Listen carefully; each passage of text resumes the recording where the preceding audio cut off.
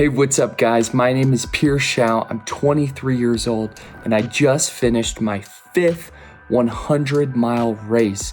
And so in this video, I want to break down for you what I'm thinking through, how I'm reflecting on the race, so that with each race I do, I can get better and improve upon my last race. And so for every race I do, I have a pretty simple process that I go through after to reflect on it, because one thing I've learned is it's really important to mine the wisdom from the experience, because if you don't, it can be easy to forget the mistakes that you made and things that you did wrong in the race when you're a month, 2 months, a year down the line.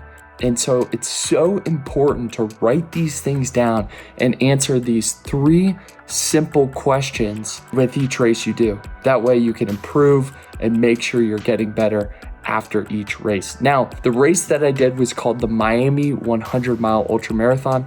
It's in Miami, Florida. The race starts just south of the city of Miami. And this race is really cool in that they don't actually give you the course ahead of time.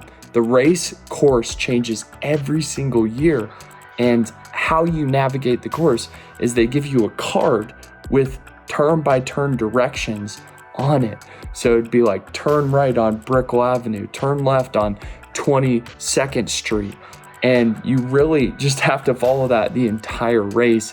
And then you get to these major checkpoints where you get a new card to follow. This race is fully self-supported, meaning your crew gets you water, fuel, everything, and you can crew as many times as you want, which was nice, especially when it got hotter during the day and it was 90 degrees, 80% humidity, and I needed help cooling off from my crew. So anyway, the race started out with 33 people. I believe there were supposed to be 38 or so total, but some people didn't make it because of the hurricane. And so 33 people started, 15 people finished, and I was able to have a great race and come out in first place and run a time of 21 hours and 23 minutes, which was a PR, which I'm very excited about. But at the same time, I was hoping to get under 18 hours because I just thought I could set the course record. And I do think that's possible, but with the humidity and the heat this year, I think it made it very, very difficult to do that. And now I want to get into the 3 questions that I answer after every race I do. So question number 1 is, what went well during the race? What didn't go well? And what changes do I need to make for next time? These are 3 simple questions, but it makes it easy to make sure you ask them and get better with every single race you did. So for me, number 1, what went well? So during this race, I felt like my crew did an outstanding job. They felt like they were in sync and they did really good, helping me make sure I got my fuel, got my water, changed my shoes, cooled down, all that kind of stuff. I placed more attention on preparing them this year. I didn't get on a call with them beforehand, but the day before the race, we had a pre-race meeting where I went through a packet that I had built out, and it was really giving them the major information for the race, which I think was very helpful.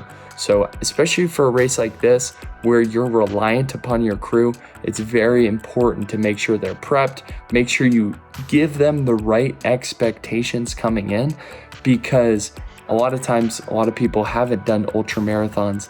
And one common thing I run into is if I don't prepare my crew properly, when something goes wrong during the race, they'll think, oh man, shoot, what's going on?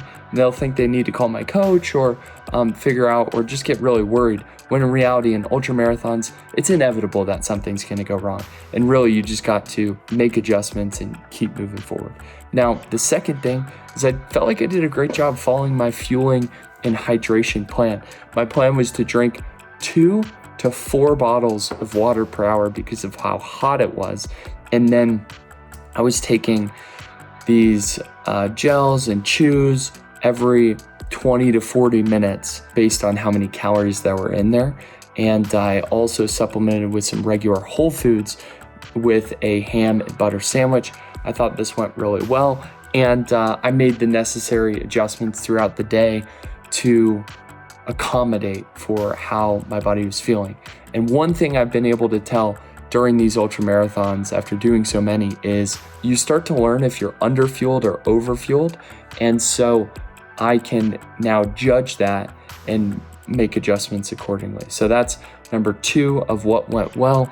Number 3 is I got in with plenty of time to rest the day before the race on Friday, so I wasn't running around much, which was really nice. Now, question 2, what didn't go well during the race? Well, number 1, the heat absolutely killed me. I did a lot of training in the sauna beforehand and running outside in the heat, but for bad water, 135 when I do it in July of next year, I'm going to need to spend a lot more time in the heat. And I was able to still move forward, but my run turned into a run walk and a walk at some points. And I definitely think with more heat training, I would have been able to be more used to it and be able to push harder throughout the race. So that's what didn't go well. Also, I had pizza the night before, and although I do have pizza sometimes, this pizza didn't sit right, and I had gas like crazy, and it just wasn't the best. So definitely making adjustments to make sure I'm doing home-cooked meals before races would be very, very helpful. And then number 3 for what didn't go well is, this is sort of a side note, but for me, I put out a lot of content, and I think I could have done a better job preparing my crew and making sure that one guy's sole responsibility was posting. I think the guy I had posting did an amazing job, but I think I could have prepped him even better and then allowed him to just focus on the posting, because if you're trying to post, trying to navigate, trying to drive, trying to get me fuel, it's just a lot to handle. And so that's why it's helpful to have multiple people on your crew. Now, what would I do differently? That's question 3. What would I do differently next time? Going off of the heat, what I would do differently is making sure I get in as many runs as possible in the heat of the day. Usually I'm a morning runner, knock it out before the workday, but I am going to have to make adjustments to my schedule to make sure that I am running in the heat of the day. That way I can get used to the heat before I take on the bad water 135. Now, that's number 1. Number 2 is I started my caffeine intake around mile 87 in the last couple hours of the race. Besides, I was having some Cokes throughout the race, but I think I could have done a better job by actually taking it earlier around mile 80, the last 20% of the race. And I think that would have been helpful, would have given me a boost and just helped me finish even stronger, because that time, mile 80 to 87 was a little bit rough. I was definitely slowing down a bit, and the caffeine really helped pick up my energy levels. The only thing with caffeine is you don't want to start it too early because you don't want to crash. And so those are some adjustments for caffeine. And then 3, going off of the pizza thing, is really just planning out my meals better leading up to the race. I think it would have been helpful to do that. That way I have no stress. The biggest thing too is stress manifests in your body, even if it's mental stress or emotional stress.